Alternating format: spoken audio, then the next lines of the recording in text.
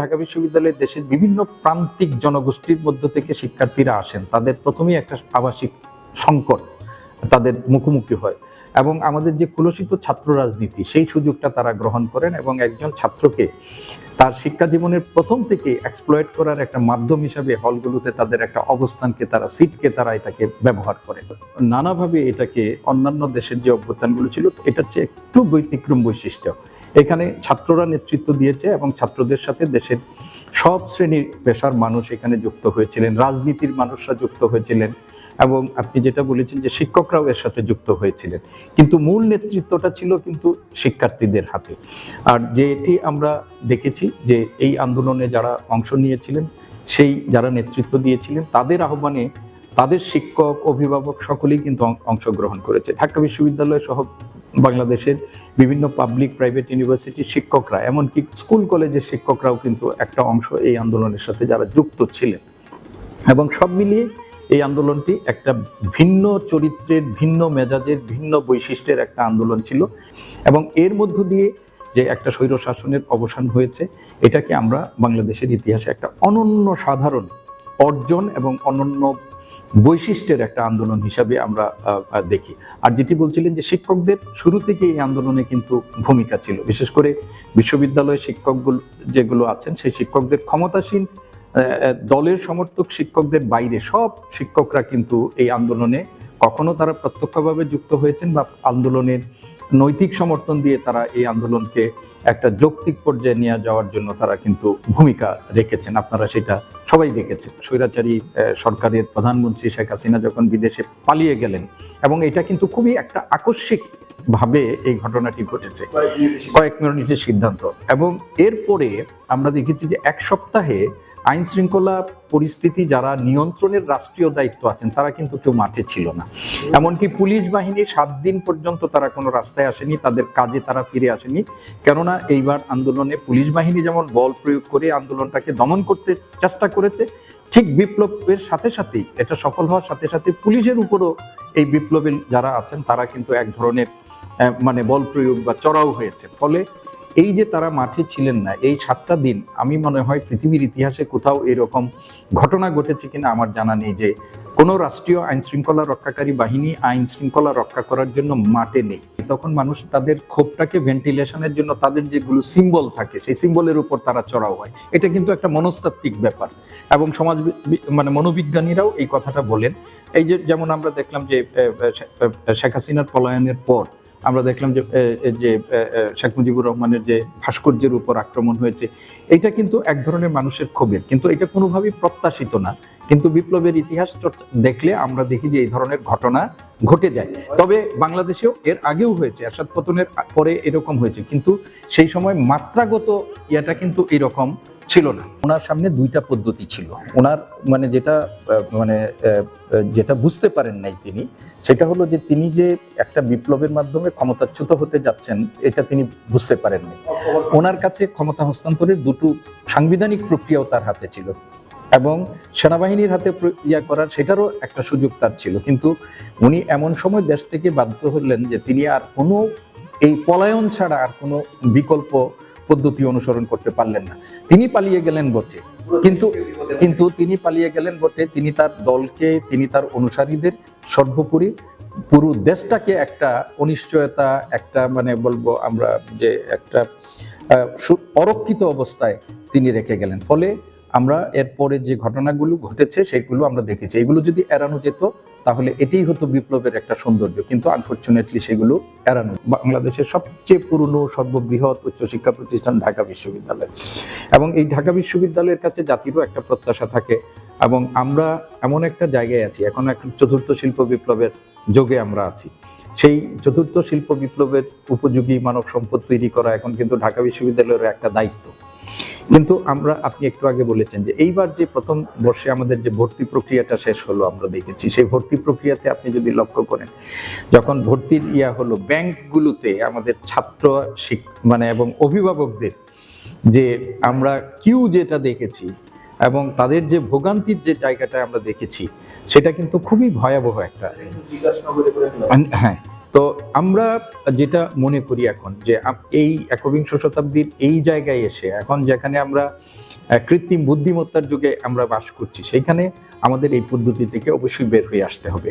এবং নতুন বাংলাদেশ বিনির্মাণের যে স্বপ্ন আমাদের এই ছাত্র আমাদের তাদের অভ্যুত্থানের মধ্য দিয়ে যে দেখিয়েছে, এবং রাষ্ট্র সংস্কার এবং রাষ্ট্র মেরামতের যে জায়গাটা দেখেছে, যেহেতু ঢাকা ইউনিভার্সিটি একটা রাষ্ট্রীয় কাঠামোর মধ্যেই আছে, ঢাকা বিশ্ববিদ্যালয়কেও কিন্তু সেই অবস্থার সাথে নিজেদেরকে খাপ খাইয়ে এগিয়ে যেতে হবে। যারা পরবর্তীতে বিশ্ববিদ্যালয়ের প্রশাসনের দায়িত্ব ভার গ্রহণ করবে, তাদের কাছে আমাদের একটা অনুরোধ থাকবে এবং এটা আমাদের একটা প্রত্যাশা থাকবে যে তারা এই বিষয়গুলো দ্রুততার সাথে অ্যাড্রেস করে। আমাদের অনেক সীমাবদ্ধতা আছে, কিন্তু এই সীমাবদ্ধতাগুলো একেবারেই যে কাটানো যাবে না এরকম কিন্তু না। এখানে একটা কমিটমেন্ট দরকার, আমাদের একটা মানে কি বলবো, একটা সদিচ্ছা থাকার দরকার, একটা স্বচ্ছতা থাকার দরকার। যে এক সময় ঢাকা বিশ্ববিদ্যালয়কে আমরা বলতাম প্রাচ্যের অক্সফোর্ড, কারণ হলো এটা একটা রেসিডেন্সিয়াল কাম মানে এডুকেশনাল ইনস্টিটিউট ছিল। কিন্তু সময়ের আবর্তে ঢাকা বিশ্ববিদ্যালয় কিন্তু আর এখন আবাসিক বিশ্ববিদ্যালয় নয়।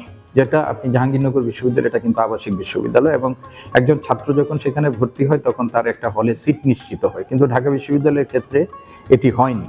কিন্তু যেহেতু ঢাকা বিশ্ববিদ্যালয়ে দেশের বিভিন্ন প্রান্তিক জনগোষ্ঠীর মধ্য থেকে শিক্ষার্থীরা আসেন, তাদের প্রথমেই একটা আবাসিক সংকট তাদের মুখোমুখি হয়, এবং আমাদের যে কুলসিত ছাত্র রাজনীতি সেই সুযোগটা তারা গ্রহণ করেন এবং একজন ছাত্রকে তার শিক্ষা জীবনের প্রথম থেকে এক্সপ্লয়েট করার একটা মাধ্যম হিসাবে হলগুলোতে তাদের একটা অবস্থানকে, তারা সিটকে তারা এটাকে ব্যবহার করেন। এখন ঢাকা বিশ্ববিদ্যালয়ে দীর্ঘদিন ধরে আমাদের যে সিটগুলো মানে হলগুলো আছে, সেই হলগুলোর অনেকগুলো হলই হচ্ছে অনেক পুরনো, বিশ্ববিদ্যালয়ের অনেক ইয়ার মধ্যে আছে। ফলে এই হলগুলোতে মানে আবাসিক শিক্ষার্থীর ধারণ ক্ষমতা যতটুকু আছে এর চেয়ে অনেক বেশি শিক্ষার্থী এই হলগুলোতে অবস্থান করেন। এটা হলো একটা বড় সংকট।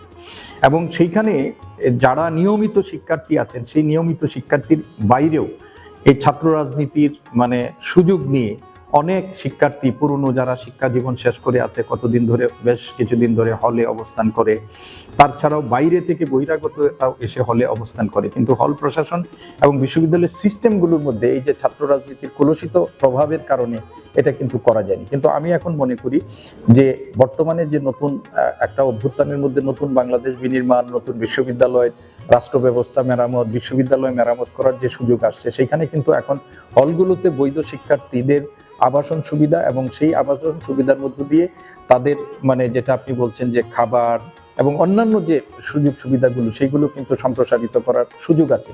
যদি একটা হলে শুধুমাত্র বৈধ আবাসিক শিক্ষার্থীরাই অবস্থান করে, তাহলে কিন্তু তাদের জন্য অনেকগুলো সুযোগ সুবিধা নিশ্চিত করা যায়।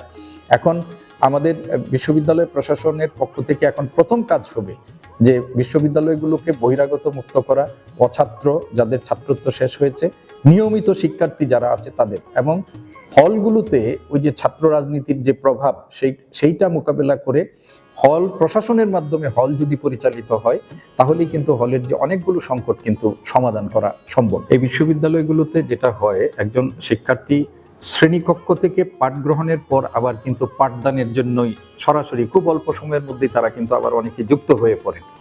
ফলে এই পাঠদান প্রক্রিয়া এটা তো একটা আর্ট, এবং এই আর্টটা কিন্তু অনেকেই রপ্ত করতে পারেন না। অনেক ব্রিলিয়ান্ট স্টুডেন্ট আছে, কিন্তু শ্রেণীকক্ষে শিক্ষার্থীদের মানে যে প্রত্যাশা অনুযায়ী তারা এটা কিন্তু পাঠদান করতে পারেননি। ফলে এক ধরনের শিক্ষার্থীদের মধ্যে হতাশা থাকে, সেই শিক্ষক সম্পর্কে একটা অশ্রদ্ধার জায়গা তাদের তৈরি হয়। তো আমরা ব্যক্তিগতভাবে আমি মনে করি যে এটা শিক্ষকদের একটা পেশাগত মান উন্নয়নের জন্য প্রশিক্ষণ অত্যন্ত গুরুত্বপূর্ণ।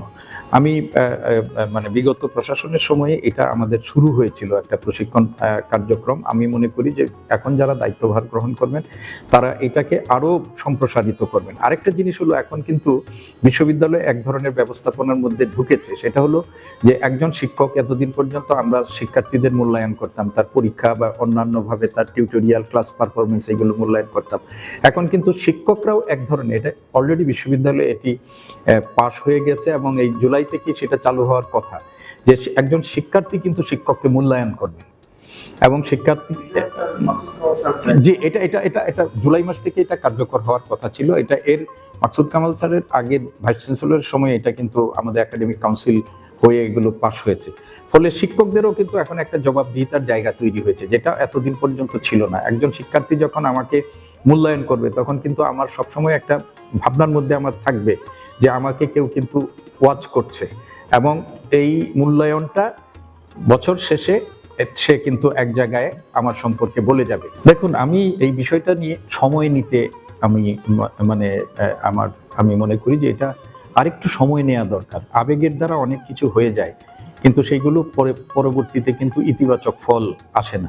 আপনি দেখেন বাংলাদেশের যদি ইতিহাস দেখেন, আপনি মুক্তি সংগ্রামের ইতিহাস, আমরা যে 1971 সালে স্বাধীনতা লাভ করলাম, সেই স্বাধীনতা লাভের যে প্রথম আমাদের যে মুক্তি সংগ্রামের ইতিহাসের মূল পরিবর্তনকারী ঘটনা, সেটা বলি আমরা 52 রাষ্ট্রভাষা আন্দোলন। সেই 52 রাষ্ট্রভাষা আন্দোলনকে যৌক্তিক পর্যায়ে নিতে যাদের ঐতিহাসিক ভূমিকা, তারা ছিলেন ছাত্র। এখন আমি ব্যক্তিগতভাবে মনে করি যে 21 শতকের এই পর্যায়ে এসে আমাদের ছাত্র রাজনীতির যে অতীত গৌরবময় ঐতিহ্য ছিল, সেটা কিন্তু আমাদের এখন লালন করতে পারছি না, ধারণ করতে পারছি না। ছাত্র রাজনীতির প্রতি মানুষের এক ধরনের নেতিবাচক ধারণা তৈরি হয়েছে। তো এইরকম একটা অবস্থার মধ্যে আমাদের যারা স্টেক হোল্ডার আছেন, তাদের এই ছাত্র রাজনীতি, শিক্ষক রাজনীতি, এইগুলো নিয়ে কিন্তু আমাদের একটা ভাবনার সময় এসেছে। আর আমরা যেটা মনে করছি যে বাংলাদেশে যে প্রচলিত রাজনৈতিক ধারা আছে, জাতীয় রাজনীতিতে যে রাজনৈতিক দলগুলো আছে, সেটারও কিন্তু আমরা একটা সংস্কার প্রয়োজন বলে আমরা মনে করি। এবং এই সংস্কারটা কিন্তু খুব মাইনর সংস্কার না, আমাদের একটা মেজর সংস্কারও আমাদের সেখানে দরকার। ঠিক তেমনি যদি ছাত্র রাজনীতি ভবিষ্যতে আমাদের জন্য কল্যাণকর বিবেচনা করি, সেখানেও আজকে যে ছাত্র রাজনীতি যেভাবে প্রচলিত আছে এরকম না, এটার একটা গুণগত পরিবর্তন দরকার এবং এই জন্য এটার একটা সংস্কার দরকার। ছাত্র রাজনীতি হবে ছাত্রদের কল্যাণে, শিক্ষকরা যদি রাজনীতি করেন সেটাও হবে তাদের শিক্ষকদের কল্যাণে। এমন একটা ছাত্র রাজনীতি এখানে বিকশিত হয়েছে যে ছাত্র রাজনীতিগুলো যারা এর সাথে যুক্ত ছিলেন, তারা এই রাজনীতিকে মাধ্যম হিসাবে ব্যবহার করে তারা নিজেদের স্বার্থ হাসিলের জন্য নানা ধরনের প্রক্রিয়া তৈরি করেছেন। ফলে এই যে হল সংসদগুলো নির্বাচনের ব্যাপারে তাদের কোনো আগ্রহ ছিল না। নির্বাচন হলে এক ধরনের জবাবদিহিতা তৈরি হয়, ছাত্রদের কাছে তাদের যেতে হয় এবং সেইখানে তাদের ম্যান্ডেট অর্জনের জন্য ইতিবাচক কাজ করতে হয়। এবং এইগুলো না করে যদি তারা নিজেদের কর্তৃত্ব বহাল রাখতে পারেন, তাহলে কিন্তু তারা সেই দিকে আর যেতে চান না। কিন্তু আমরা এখন মনে করি যে ছাত্রদের পক্ষ থেকেও এই দাবিটা অত্যন্ত জোরালোভাবে হওয়া উচিত যে যারা আমাদেরকে নেতৃত্ব দিবে তারা আমাদের ম্যান্ডেট নিয়ে নেতৃত্ব দিতে হবে। এবং সেটা যদি করতে হয় তাহলে ডাকসু এবং হল সংসদগুলোর নির্বাচন তাদেরকে অবশ্যই একটা করতে পারে। এবং আমরা প্রত্যাশা করব না, শুধুমাত্র আমরা দাবি করব যারা বিশ্ববিদ্যালয় প্রশাসন পরিচালনার দায়িত্ব সামনে নেবেন, তারা এই বিষয়গুলো অত্যন্ত বিবেচনার মধ্যে নিয়ে এই ছাত্রদের যে দীর্ঘদিনের দাবি, সেই হল এবং ডাকসু নির্বাচন, এটা তারা করবেন। এবং অন্যান্য পাবলিক বিশ্ববিদ্যালয়, অন্যান্য কলেজগুলো যেগুলো আছে, সরকারি কলেজগুলো যেখানে আছে, সেখানেও নেতৃত্ব নির্বাচিত হবে শিক্ষার্থীদের ম্যান্ডেট নিয়ে।